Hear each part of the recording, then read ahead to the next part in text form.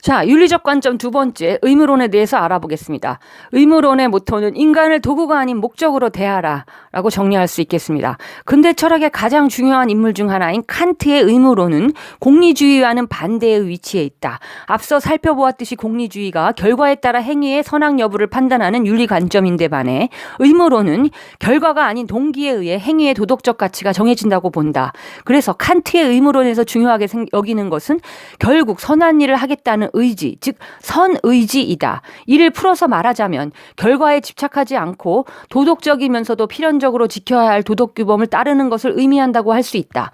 여기서 도덕규범은 상황이나 문화, 지역에 따라 달라지지 않는 이성을 지닌 인간이라면 누구나 지켜야 하는 것이다. 칸트가 주장하는 도덕규범은 누구에게나 공통적인 진리로 존재하는 절대선이며 이러한 절대선 또는 도덕규범을 존중하는 것이 인간의 의무이다. 그렇다면 이러한 도덕규범의 존재와 내용은 어떻게 알 수 있을까? 칸트는 인간이 타고난 능력인 실천이성을 통해 이러한 도덕규범을 인식할 수 있다고 주장했다. 인간은 스스로 무엇이 옳은 행위인지 판단할 수 있는 능력이 있다는 것이다. 어떻게? 바로 그 행위나 규칙의 보편성 여부를 따짐으로써 가능하다. 어떤 일을 할지 말지 결정할 때 개인의 이익에 따르는 것을 도덕률로 정한다면 그 도덕률은 보편적일 수 없을 것이다. 타인과 조화롭게 살아가려면 개인적인 이익을 초월한 보편적 도덕률이 필요하다. 결국 칸트의 의무론은 타인에 대한 존중, 나아가 인간에 대한 존중을 바탕으로 하고 있다. 그래서 칸트는 언제나 인간을 목적으로 대하고 결코 수단으로 사용하지 말라고 했다. 어느 누구든 혹 우리에게 이익을 주지 않는 사람이라도 그가 인간이라면 당연히 존중받아야 한다는 것이다. 그리하여 칸트의 의무론에서 인간은 사물과는 달리 교환, 대체가 불가능한 가치를 지닌다. 공리주의적 가치를 갖는 상품은 실용성에 따라 가격이 매겨지지만 인간은 그 자체로서 가진 존엄성을 중요시해야 하며 항상 목적으로 대해야 한다.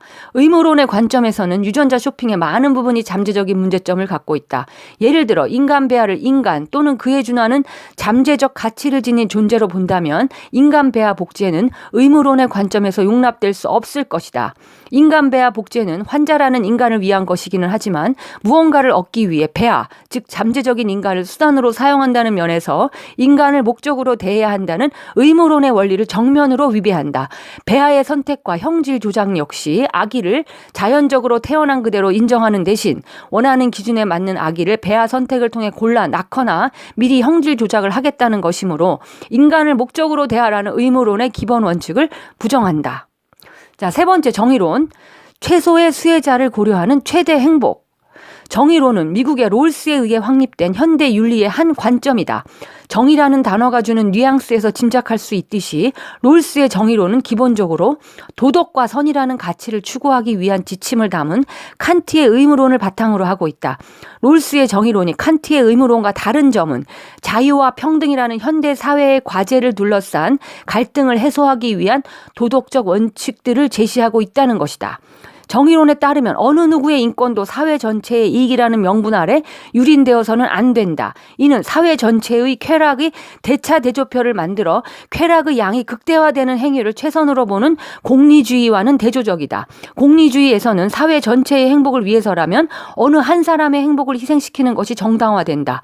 그러나 롤스는 모든 인간의 기본권은 결코 정치적 흥정이나 사회적 이득의 계산에 의해 희생되어서는 안 된다라는 점을 분명히 하고 있다. 이것을 정의의 제1원칙, 평등의 원칙이라고 한다. 여기서 평등이란 개인 대 개인은 물론이고 개인 대 집단일 경우에도 모두 동등한 가치를 지닌다는 의미이다. 정의론에서 개인의 기본권에 해당하는 것은 선거권, 피선거권 같은 정치적 자유, 언론과 집회의 자유, 양심과 사상의 자유, 신체의 자유와 사유재산권 등이 있다. 다수의 행복을 위하는 경우라도 소수에게 희생을 강요할 수 없다라는 정의론의 주장은 인간은 그 자체로서 존중받아야 하며 항상 목적으로 대해야 한다는 칸트의 주장과 유사하다. 정의론이 의무론과 다른 점은 공정한 분배를 중요한 목표로 삼았다는 점이다. 그래서 인간의 기본권은 어떤 경우에도 침해받을 수 없지만 사회적, 경제적 분배와 관련해서 최하층을 배려하는 불평등이라면 정당화될 수 있다. 부자들에게서 거둔 세금으로 빈민층을 구제함으로써 강자의 권리를 제약하고 약자의 혜택을 강화할 수 있는 것이다. 따라서 평등의 원칙은 모든 권리에 무조건적으로 적용되지 않으며 더 큰 부정의를 피하기 위해서라면 기본권 조건 이외의 권리에 불가피한 제약을 가하는 것을 허용한다. 이를 정의의 제2원칙, 차등의 원칙이라고 한다. 인간의 가장 기본적인 권리는 어떠한 대의 명분으로도 침해될 수 없다는 정의론에 따르면 인간 배아가 인간 또는 그에 준하는 존재로 인정될 경우 인간 배아 복제가 배아의 생명권을 침해하므로 의무론에서와 마찬가지로 용납될 수 없다. 이를 통해 의무론과 정의론에서 인간 배아 복제의 정당성 문제는 인간 배아를 인간으로 볼 것이냐 말 것이냐에 달려있다. 정의론은 의무론에서 한 발 더 나아가 사회 최하층의 입장까지도 가치 판단의 기준으로 삼는다. 유전자 쇼핑이 비록 기본권의 관점에서 하자가 없다 하더라도 분배의 정의를 약화시켜 최하층의 행복에 부정적인 영향을 미친다면 정의론에서는 유전자 쇼핑을 반대할 것이다. 유전자 쇼핑의 성과가 일부 특정 계층에게만 돌아가는 불평등이 계급 간의 불공정 경쟁을 유발하여 사회적 불평등을 악화시키는 것이 그런 경우다. 자, 네 번째, 생명 중심주의. 생명이 모든 판단의 첫 번째 기준이다. 생명 중심주의는 현대 문명의 발달로 인해 자연이 급속히 파괴되고 갖가지 명분으로 생명을 살상하는 일이 빈번해지자 이에 대한 비판으로부터 출발한 윤리 사상이다. 20세기 후반에 전 세계적인 산업화에 힘입어 인류는 역사상 그 어느 때보다 풍요로운 세상을 누리고 있다. 하지만 그에 비례하여 생물의 멸종과 환경의 파괴 역시 엄청난 규모로 일어나고 있다. 이러한 극과 극의 모습은 왜 나타났을까? 인간의 복리만을 중시하여 동식물의 생명은 배려하지 않는 이율배반적인 태도로부터 비롯되었다고 보는 것이 타당할 것이다. 생명 중심주의는 이에 대한 문제의식 아래 인간뿐만 아니라 모든 살아있는 존재를 존중하지 않은 관점으로부터 출발한다. 생명 중심주의의 대표자인 슈바이처는 생명에 대한 외경을 강조했다. 자신을 존중하듯 살아있는 모든 것을 소중히 대해야 한다는 것이다. 이는 상호 존중을 토대로 한다는 점에서 칸트의 의무론과 같은 출발선에 있다. 하지만 생명 중심주의에서는 그러한 존중의 대상이 사람뿐 아니라 모든 생명이라는 점에서 인간 중심적인 시각을 탈피했다. 이러한 생명 중심주의는 탈인간 중심주의적 색채가 강하므로 현대 사회에서는 100% 지켜지기 어려운 것이 사실이다. 모든 생명의 가치를 인간과 동일하게 취급한다면 인간은 굶어 죽고 말 것이다. 고기가 아닌 쌀이나 밀과 같은 작물을 먹는 것도 역시 생명을 빼앗아 인간의 식량으로 삼는 행위이기 때문이다. 따라서 생명 중심주의자들은 인간이 현실적으로 삶을 꾸려나가면서도 생명 중심주의를 실천할 수 있는 방안을 제시한다. 본질적 필요와 부수적 필요의 구분이 그것이다. 의식주 등 생존을 위해 인간 이외의 다른 생명을 살상하는 것은 불가피하다고 해도 쾌락과 소비를 위해 생명을 살상하는 것은 죄악으로 규정하는 것이다. 고기를 먹기 위해 가축을 도살하는 것은 필요하기지만 모피코트를 입기 위해 동물을 살상하는 것은 죄악이다. 생명 중심주의는 생명윤리학과 환경윤리학의 중요한 토대를 제공한다. 실험용 동물들의 고통을 최소화하기 위한 가이드라인이 그 좋은 예다. 생명공학 역시 생명의 발현에 깊숙이 관여하기 때문에 생명 중심주의에 의해 끊임없는 검토와 비판을 받는다. 따라서 생명공학 기술의 미래를 예측하고 판단하는 데 있어 생명 중심주의는 중요한 윤리적 틀이다. 생명 중심주의는 생명을 가장 중요한 가치로 여긴다. 이는 인간뿐 아니라 살아있는 모든 생명체에게도 동등하게 적용된다. 이것이 생명 중심주의가 인간의 생명과 권리에만 초점을 맞추는 공리주의, 의무론, 정의론과 다른 점이다. 생명 중심주의는 유전자 쇼핑, 특히 인간 배아 복제에 대해 보다 강력하게 반대할 가능성이 크다.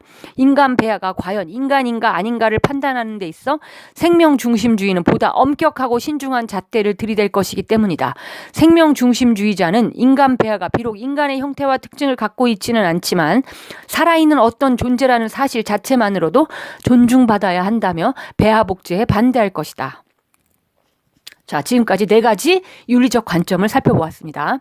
자, 세 번째, 유전자 쇼핑을 둘러싼 관점들, 어느 것도 완벽하지는 않다라는 모토 아래 가상 토론을 우리 저자가 그려놓고 있는데요. 여기서 5명의 토론자가 등장합니다. 첫 번째, 나칸트는 칸트 의무론의 정통 계승자이고, 최공리는 공리주의의 대변자, 오정희는 사회정의 구현에 여념이 없는 분이고, 한생명은 생명경시세태의 반기를 든 분. 그러니까 이게 4가지 사람이 다 각각의 지금 앞에서 살펴본 4가지 윤리적 관점을 대변하는 거죠. 근데 한 명을 더 추가했어요. 작가가. 이 칸트 의무론을 좀 더 유연하게 해석할 것을 부르짖는 분, 이칸트라는 분을 추가했습니다. 자, 그래서 이 토론 내용은 요약하지 않고 여러분이 한번 읽어보시고요. 토론 내용 말미에서 자, 유전자 쇼핑, 구체적으로 배아 선택과 조작을 통해 아기의 질병을 예방하고 원하는 형주를 갖추는 것이 인류 전체는 물론 인간 개개인의 행복에 지대한 기여를 할 수 있다는 점은 부인할 수 없을 것이다. 그러한 시도가 인간의 한계를 뛰어넘는 것인지 아니면 인간을 도구화하는 것인지에 대한 논란은 둘째로 친다 해도, 그러나 동시에 유전자 쇼핑이 인간에게 해악을 끼칠 가능성 역시 발견할 수 있다. 유전자 쇼핑 과정에서 일어날 수 있는 문제들, 예를 들어 예기치 못하게 기형아가 태어나거나 신체적 부작용이 발생할 가능성에 대해서는 다루지 않았다. 그런데도 많은 문제점이 제기되었다. 배아의 인권에 대한 논란에서부터 유전자 쇼핑으로 태어나는 아기의 존엄성에 대한 문제, 그리고 이로 인해 일어날 사회적 불평등에 대한 우려 등등. 유전자 쇼핑 시대에 우리가 지금 확실하게 할 수 있는 것은 모든 가능성을 열어놓고 진지한 탐색을 계속해야 한다는 사실이다. 지나친 낙관도 과장된 두려움도 없이 현실적인 예측에 바탕을 두고 말이다.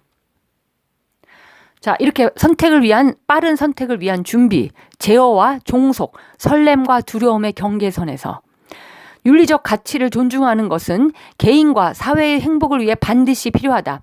윤리적 관점 아래 규범을 만들고 이를 준수해야 갈등과 고통을 최소화하고 조화롭게 살아갈 수 있는 것이다. 여러 가지 윤리적 관점에서 유전자 쇼핑 시대의 이슈를 해석하는 것은 공생의 길을 향한 출발점이다. 공리주의는 유전자 쇼핑을 통해 우수한 형질을 타고난 사람들이 사회를 채우게 되므로 사회 전체의 이익을 키운다는 점에 주목한다. 그러나 그로 인한 혜택은 일부 계층만 누릴 수 있으며 그로 인해 불평등이 심화될 것이라는 가능성까지는 고려하지 않는다.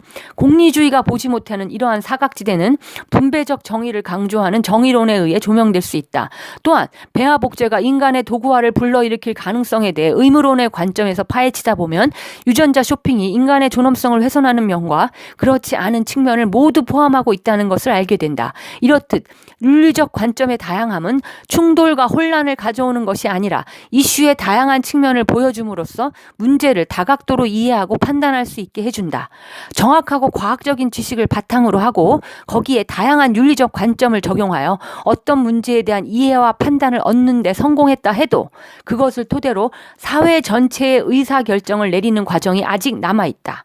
지식을 확보하고 윤리로 판단한 뒤 대화와 토론을 거침으로써 궁극적으로 우리가 마련해야 할 것은 필요한 경우에 과학기술을 통제할 수 있는 제도적 장치일 것이다. 사회적 합의를 통해 찬성 또는 반대 입장을 도출해내는 것만으로는 부족하다. 기술을 통제하기로 했다면 당연히 제도적인 장치로 통제 내지는 규제해야 한다. 여기서 경계해야 할 것은 기술에 대한 통제가 현실적으로 가능하겠냐는 회의적인 시각이다. 어떤 제도적 통제 장치도 완벽하지는 않으며 특히 기술의 발전 속도에는 가속이 붙기 때문에 대부분의 기술은 거침없이 개발되고 만다. 하지만 그렇다고 해악을 끼칠 기술에 대한 통제를 포기하는 것은 문제의 본질을 놓치는 것이다. 아무리 노력해도 살인 범죄는 일어나니 살인을 금지하는 법은 없애고 치안도 포기해야 할까? 그렇다고 생명공학 기술을 무조건 통제하자는 뜻은 아니다. 사회적 합의가 찬성으로 모아진다면 통제는 거둘 수 있다. 그러나 기술에 대한 반대가 합의되었는데도 통제가 어렵다는 이유로 포기하거나 반대조차 거부한다면 그것은 과학기술에 인간이 종속되는 결과를 낳을 것이다. 유전자 쇼핑 시대의 모습은 마냥 즐겁게 목적지를 향해 달려갈 수만은 없게 한다. 인류의 행복을 위한 새로운 도전에 대한 설렘과 더불어 위험에 대한 두려움 역시 갖게 되기 때문이다. 우리는 지금 이 설렘과 두려움의 경계선에 있다. 여기서 우리가 우선해야 할 일은 생명공학 기술에 대한 지식과 올바른 윤리적 관점을 갖추는 것이다. 그리고 이를 토대로 토론과 합의를 거쳐 올바른 선택을 하고 그것을 실행으로 옮겨야 할 것이다.